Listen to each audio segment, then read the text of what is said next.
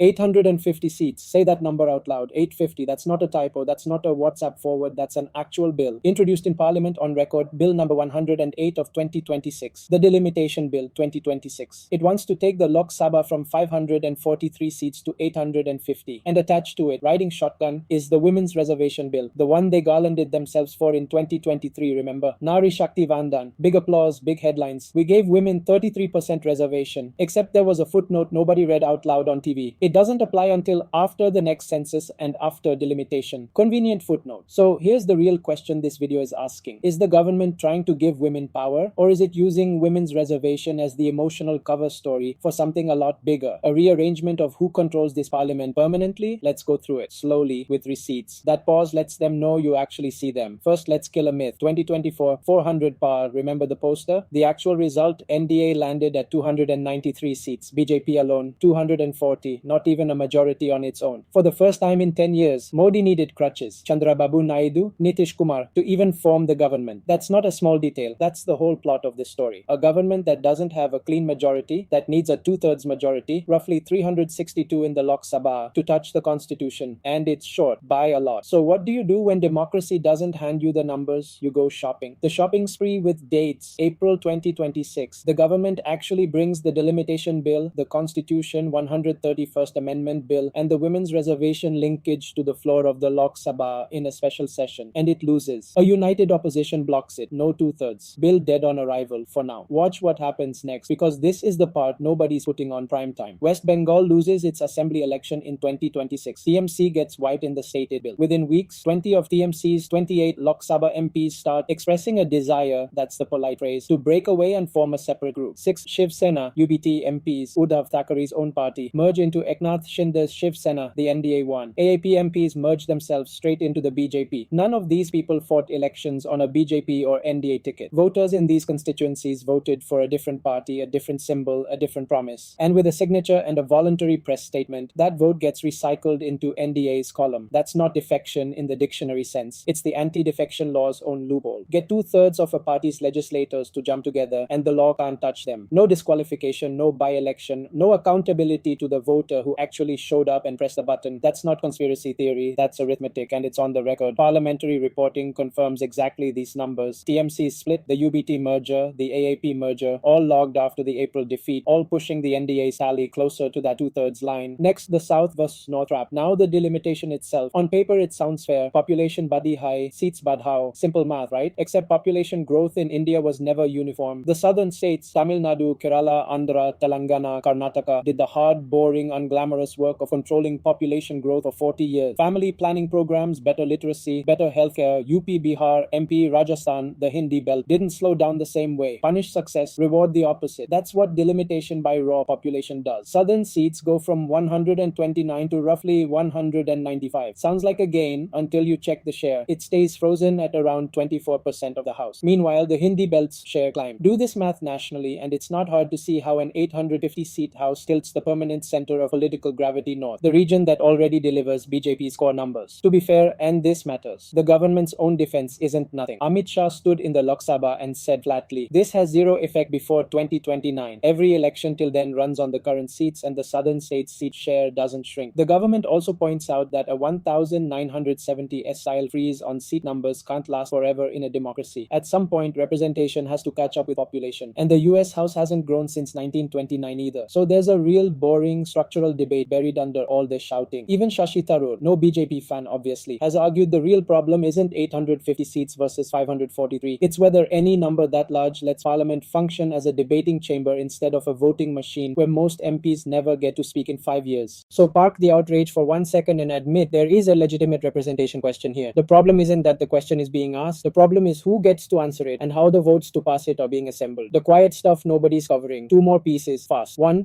there's a separate bill, the Constitution 130th Amendment Bill, currently sitting with a joint parliamentary committee. What it does, if a Prime Minister, Chief Minister or Minister is in custody for 30 straight days, they're automatically removed from office. No conviction needed, no trial finished, just custody. Anyone who's watched how central agencies get deployed against opposition leaders right before elections should feel a chill reading that one. 2, the Rajya Sabha. Right now, NDA sits around 135 seats, including nominated members. India bloc around 80. 72 Rajya Sabha seats go to election through 2026, and NDA UDA's own internal math has them climbing toward 145 by the end of it, inching them toward their own 2/3 line in the upper house too, the house that's supposed to be the check, the cooling chamber, the one that can't be dissolved. Put all three pieces on the table together: Lok Sabha expansion, defection, shopping, Rajya Sabha math, and you're not looking at three separate bills. You're looking at one operation with three legs. April 2026. The government actually brings the Delimitation Bill, the Constitution 131st Amendment Bill, and the Women's Reservation linkage to the floor of the Lok Sabha in a special session, and it loses. A united opposition blocks it. No 2/3. Bill dead on arrival for now. The twist: it's not working yet. Here's the part that should actually make you sit up because it complicates the story instead of flattering it. 2 days ago, August 2nd, 2026, reports confirmed the government has quietly pulled the Delimitation Bill and the Women's Reservation Bill off the agenda for the ongoing monsoon session. Not passed, not withdrawn, just parked. Officially, the reason given is unfavorable political condition. Translation: they still don't trust their own numbers on the floor. NCP Sharad Pawar's Supriya Sul has hinted her party might support a version where every state gets a flat uniform seat increase instead of a population-weighted one, but might isn't a vote in the bag. DMK hasn't committed either. So no, this isn't a done deal, and anyone telling you the constitution gets rewritten next Tuesday is selling you fear for clicks. What is true is that the operation is ongoing, it survived one defeat, it's actively recruiting MPs between sessions, and it will almost certainly come back to the floor before 2029, probably with a better vote count than last time. The actual ask: in 1956, a railway minister resigned over a train accident he wasn't even directly responsible for, because Nehru said accountability was a principle worth setting for the generations after him. Compare that to now. Ministers surviving actual paper leak scandals with a single resignation, time to cool down a protest, while the real architecture of parliament gets quietly reshaped in between sessions, one defecting MP at a time. You don't have to accept every word of this video as gospel. Go read the bill text yourself. PRS Legislative has it in plain language, it's public. Go read Amit Shah's actual floor speech. Go read Taro's op-ed. Form your own view on 850 seats. That's the whole point of putting the sources in the description. But don't look away from the mechanism, because whichever party is in power, a parliament built on defection math instead of election math is a parliament that stopped asking your permission. If this made you angry in a useful way, subscribe, share it, and go check the primary sources yourself. Accountability isn't a one video thing, it's a habit.